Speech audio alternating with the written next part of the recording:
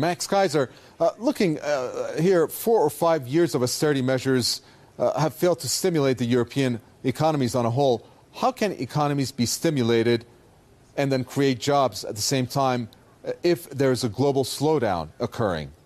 If you agree with the fact that there's a global slowdown. Well, let's look at the case of Ireland for a second.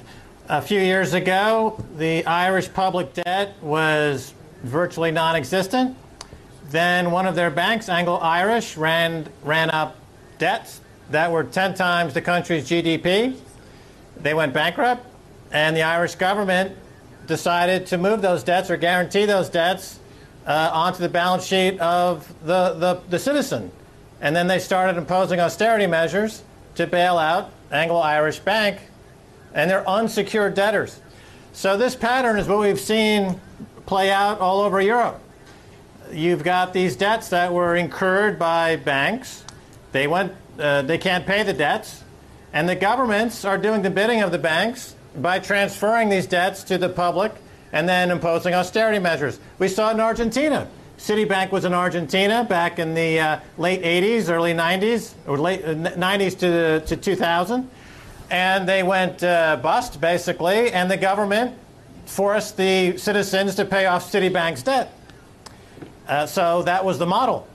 So this is a common theme. Now, until you do something about these transference of bank debt to the public, you're going to have these problems continue. It's playing out all over the world. Well, you have to remember that all we're seeing right now is no change of policy. We're just seeing new innovation, new products, new ways of banks essentially finding new markets for their debt, or central banks finding new markets for their debt, or European banks finding new markets for their debt, because all we're doing is perpetuating a system where we have to increase our debt in order to survive at the moment.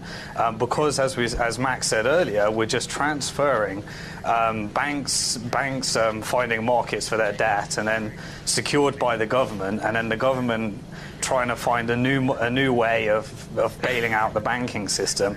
And all we're doing is we're just playing this domino effect, and then we're coming up with new innovation where the countries that are in trouble are bailing each other out, and soon we'll be asking Ireland and all sorts of other countries to bail our systems out, because we're all in this together, just perpetuating the system, and we need to look at the root cause of the problem, and we're not doing any of that.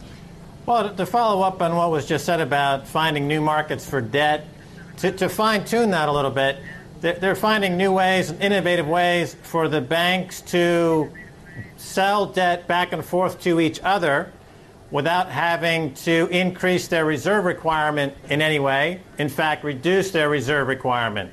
So you have a bank like Deutsche Bank with $3 trillion in debts that is supported by less than 1.5% of Tier 1 capital.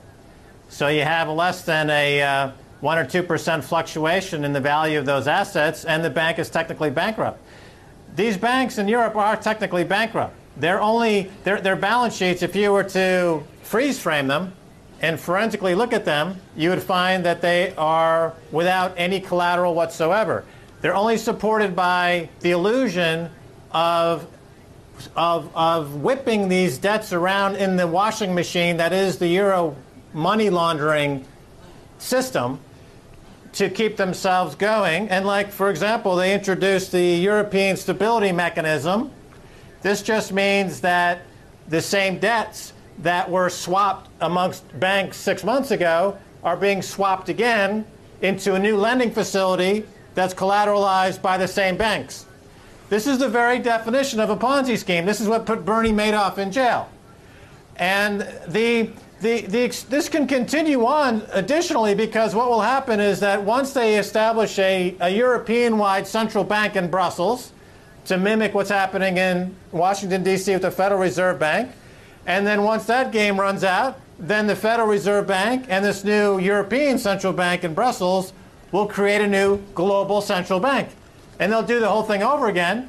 And then everyone who's suffering austerity today will have to pay additional tax to this new global central bank. So the people suffering austerity are going to continue to suffer austerity, except their tax burden is going to continue to go up substantially. And the bankers who make money creating this Ponzi scheme will continue to suck wealth out of the system and lord it over in this neo-feudal model as they've been doing now for the past 5, 10, 20 years.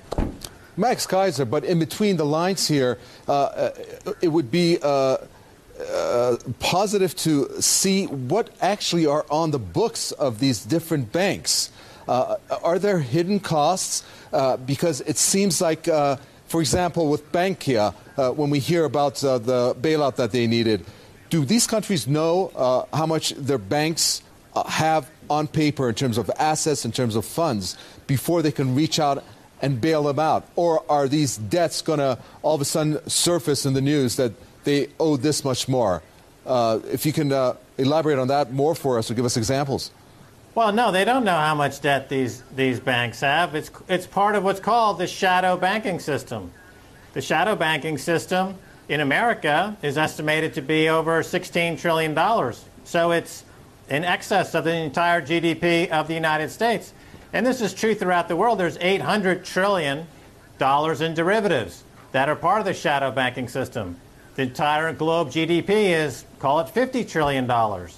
What happens is that when banks want to get more laws passed to deregulate the system, to make it easier for them to continue this Ponzi scheme, they suddenly flash huge debt that they said they just found, they just discovered it. Hank Paulson did this in 2008. Dick Fuld did this at Lehman Brothers. The Troika did this when they were talking about Greece. They have trillions of dollars worth of debt that they can use as a scare tactic to get the citizens and the government to sign off, as was the memo of understanding with Greece, with the Troika. And then when they sign it off, they suddenly say, okay, well, this new lending facility is going to take care of this debt. We're going to lower interest rates again towards 0%. Of course, so the debt service is down to as low as it possibly can be. But I want to follow up on a point of Simon Dixon about the nature of money itself. Most people assume that a bank takes in a deposit and then they loan that deposit out, and this creates liquidity in the system. That's false. In today's banking system, banks first lend money into existence. That's where money comes from. It's loaned into existence as debt. A small fraction of that ends up on another bank's balance sheet that they then call collateral. But it's just debt.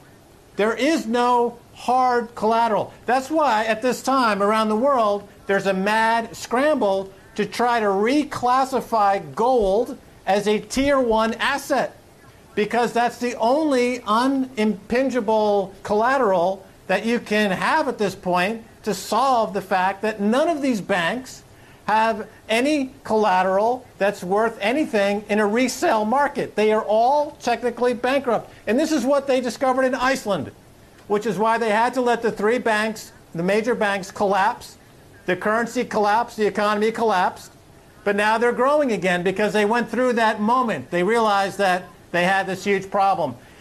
These banks in Europe have to understand that they must allow the banks to crash and let happen what's going to happen. But until that happens, there's going to be more debt servitude, more problems like we're seeing, more austerity, and more social unrest. There's a real risk now that some of these bankers are going to be rounded up. In the mainstream media in America, Nobel Prize-winning economists and people like Nouriel Roubini are suggesting that bankers should be hung.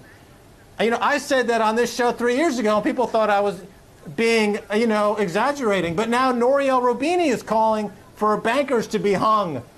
So this is